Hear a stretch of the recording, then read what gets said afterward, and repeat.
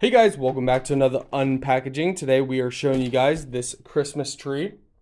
It's a 5-foot pop-up tree, and basically it's gonna look like this. So it's a little dark, but it's gonna pop up like this, so it won't take up much room. That is obviously our Halloween tree. Alright guys, so this is your smashed down tree, and it's so simple to use. So there's just rods. Let's see if we can show you guys how to put this together real quick. It's not that hard. Oh, and it comes with lights as well.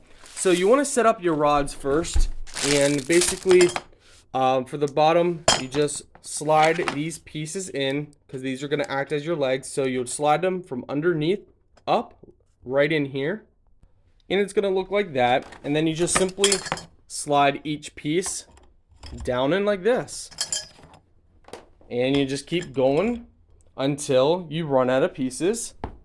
Now what you do is you grab it from the top like this. Some people put it in like this, so they grab it from the side and they slide it down in. Obviously doing this with one hand's hard, but there's going to be a piece in there at the top that you just simply slide right over the top pole. Once placed in, that's it.